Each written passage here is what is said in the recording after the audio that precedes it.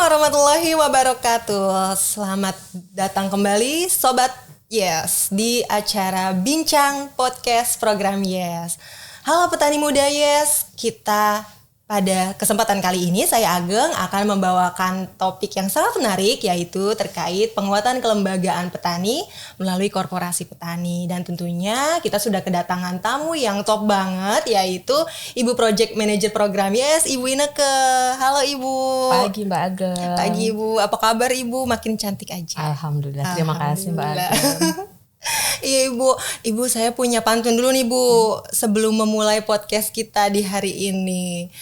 Pergi ke pasar pukul 8. Cakep. Di sana membeli bumbu racik. Marilah kita dengarkan diskusi bersama Ibu Ineke yang cantik. Terima kasih.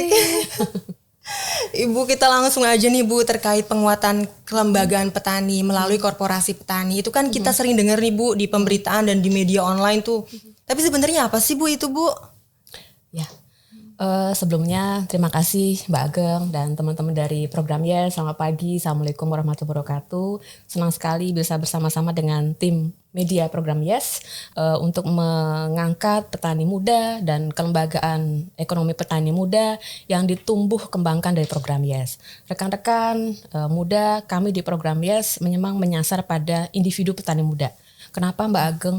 Karena karakter petani milenial atau petani muda itu yang sangat unik. Mereka akan lebih senang tumbuh dulu sendiri, kemudian setelah berkembang usahanya mereka akan berkomunitas. Nah dari komunitas itu mereka baru kita dorong untuk melembaga, menjadi korporasi. Nah kita ambil contoh misalkan saat ini di dalam program Yes di 19 kabupaten, 4 provinsi, beberapa kabupaten itu sudah mengarah kepada pembentukan koperasi petani milenial. Ya. Artinya dari mulai mereka tumbuh, berkembang, kemudian mulai berjejaring, kita dorong mereka untuk berbadan hukum. Salah satu pilihan mereka adalah menjadi koperasi. Nah artinya kita mencoba untuk mengedukasi mereka untuk tumbuh jadi petani, itu bukan hal mudah loh. Anak muda kemudian jadi petani bukan hal yang mudah gitu ya. Sehingga kita sangat bersyukur anak-anak muda kita beberapa sudah bersedia untuk terjun menjadi petani. Kemudian kewajiban kita di program Yes dan juga pemerintah untuk mendampingi mereka agar bisa berkembang dan mengakses berbagai akses informasi, modal dan sebagainya. Namun apabila mereka belum menguat dalam suatu lembaga atau korporasi, mereka masih memiliki nilai tawar yang sangat rendah. Sehingga di akhir tahun 2023, di mana programnya sudah berjalan 4 tahun, maka sudah saatnya mereka yang tumbuh, berkembang, kita dorong untuk menguat, membentuk suatu lembaga ekonomi petani. Oh gitu, jadi makin tercerahkan nih ya Sobat Yes ya terkait penguatan kelembagaan petani seperti itu. Bu, tapi apa Bu yang bisa meyakinkan petani milenial untuk bisa melembaga Bu? Ya, memang tidak mudah Mbak Ageng. Segala sesuatu itu apabila baru akan dimulai, itu perlu effort yang luar biasa. Dan anak-anak muda itu perlu pembuktian. Ya, mereka perlu teladanan, pembuktian. Sehingga bersyukurlah ada program Yes di Kementan di bawah BPSDMP ya. Bahwa di samping mereka kita tumbuhkan, kita dampingi, kita literasi kemampuannya, kapasitasnya, kemudian kita akseskan dengan perbankan atau sumber permodalan, maka sudah saatnya mereka merasa oke, saya perlu membentuk suatu badan hukum atau korporasi petani atau kelembagaan ekonomi petani yang kuat agar kami bisa betul-betul berusaha tani secara mandiri dan modern. Kenapa? Mandiri dalam hal akses pembiayaan. Kemudian modern, mereka bisa punya jejaring networking yang sangat luas. Artinya proses usaha bisnis yang mereka lakukan dengan mereka berjejaring, kemudian mereka berbadan hukum, mereka punya nilai tawar seperti tadi saya sampaikan, dan mereka bisa melaksanakan usaha dengan lebih efisien. Apabila mereka melaksanakan usaha dengan lebih efisien, artinya keuntungan yang dia dapat tentu akan lebih banyak. Sebetulnya kenapa kita ingin mendorong mereka juga menjadi berbadan hukum ya, atau mereka bisa memilih koperasi kah atau CV kah atau yang lain gitu ya. Karena sebetulnya kita berharap mereka tidak hanya menjadi objek dalam rantai pasok pangan. Mungkin teman-teman pernah dengar ya, panjangnya rantai pasok pangan menyebabkan nilai sampai di konsumen sangat tinggi, sementara di petani harganya sekian gitu ya. Iya betul Bu. Nah kita tidak ingin mereka itu hanya menjadi objek, karena panjangnya rantai pasok pangan yang harus dilalui sampai dengan produk pangan itu tersaji di konsumen, tersaji di Mbak Ageng. Iya. Di meja makan ya Bu. Iya di meja makan gitu kan. Artinya kita ingin mereka tuh bisa langsung potong gitu ya, potong situ, kemudian mereka menjadi bagian di mana ada beberapa pemain di sana bisa di-cut gitu ya, dan mereka langsung masuk ke retail gitu ya. Misalkan di salah satu lokasi program YES itu ada di Pacitan. Mereka punya koperasi agro milenial di mana fungsi mereka adalah menjalankan fungsi pemasaran. Nah, di dalam koperasi itu ada divisi atau unit yang menangani keuangan, kemudian hukum, kemudian ada pemasaran, kemudian ada keuangan, saya agak lupa ya.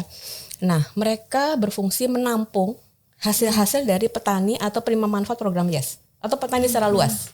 Dan mereka lah yang akan menjaring pasar. Nah, beberapa waktu yang lalu kami sempat ke Pacitan ketemu dengan anak-anak itu dan memang tidak mudah Mbak Ageng, nggak mudah gitu ya. Untuk mengawali memang tidak mudah. Banyak yang ya meragukan lah kemampuan mereka. Masuk jadi lembaga itu gitu ya.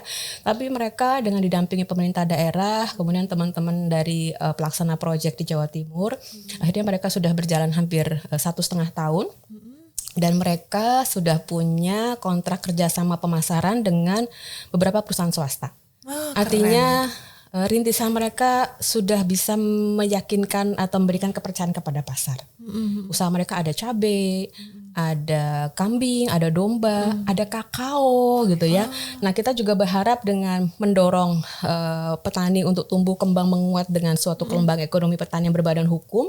Kita juga bisa mendorong beberapa wilayah yang punya potensi kearifan lokal seperti menumbuhkan kembali kejayaan kakao. Nah itu bisa diambil peluangnya oleh anak muda, karena anak-anak muda itu sebetulnya sangat sangat adaptif dan mereka sangat fleksibel gitu ya. Dengan literasi yang kita berikan, kemudian karena mereka memang cukup cerdas ya anak muda itu, karena mereka biasanya bergabung di komunitas gitu ya, sehingga pada saat yang satu jatuh biasanya yang lain teman-teman akan membantu mereka. Jadi rekan muda, sekali lagi kalian tumbuh, berkembang, berkomunitaslah gitu ya. Karena dalam komunitas itu kalian akan bisa saling membantu satu dengan yang lain, bahkan bisa mengakses pasar di luar dari wilayah usaha kalian. Jadi tetap semangat sebagai petani muda Indonesia. Semangat. Jadi itu manfaatnya banyak banget ya Bu ternyata ya Bu untuk kelembagaan petani ini. Ibu bagaimana sih Bu strategi dari program YES untuk mendorong petani-petani muda nih untuk mau bergabung ke dalam kelembagaan petani ini? Ya, makasih Mbak Ageng. Anak muda, anak milenial ini luar biasa ya. Setuju. Kita yang sudah senior berkecimpung berinteraksi dengan mereka menjadi ikut dengan semangat mereka ya. Berjiwa jadi, muda Bu. Jiwa muda. Jadi mereka itu ibarat energizer untuk kita ya. Petani muda itu menjadi energizer bagi kita di Kementerian Pertanian gitu ya. Kalau tidak ada mereka maka percepatan akselerasi, karena mereka punya semangat dan energi yang luar biasa, mungkin tidak akan bisa secepat ini gitu ya.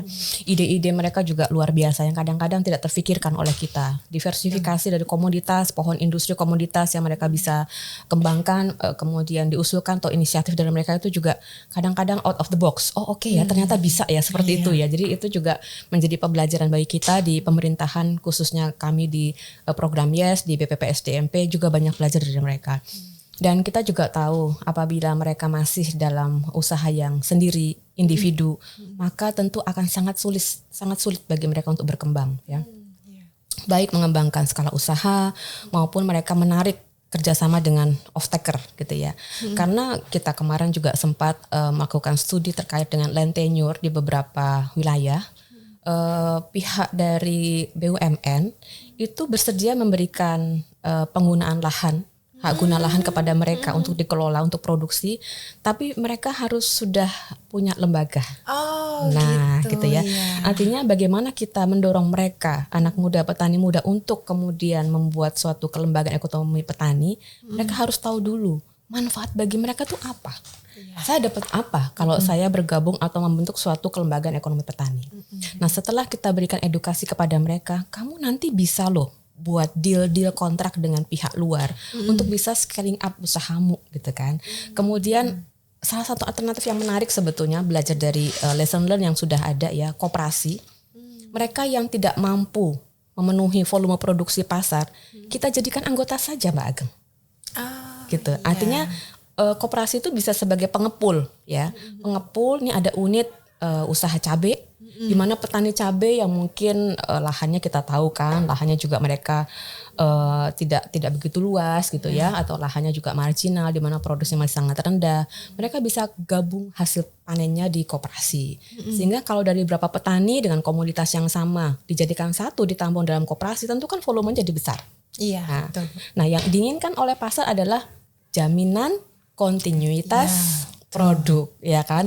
Jaminan volume, jaminan mutu, ya kan? Dan trust. Jadi kalau pasar sudah percaya, itu sudah jaminan akan lancar usahanya. Jadi bagaimana strategi kita adalah kita juga harus cukup cerdas gitu ya, membaca apa sih yang dibutuhkan anak muda. Mereka butuh jaminan pasar luas. Tapi volumenya mereka bisa nggak menuhin, gitu kan? Kalau sendiri-sendiri nggak bisa. Mereka harus berkelompok. Nah, menjadi gabungan kelompok tani, beberapa tidak mau. Saya nggak mau, saya mau sendiri. Oke lah, berkomunitas saja. Kalian sesama petani muda berkomunitas dalam komunitas yang sama. Oke, misalkan cabai, komunitas cabai, gitu kan? Nah, volume produksinya, benihnya, pemupukannya, sebagainya itu bisa dikelola oleh mereka.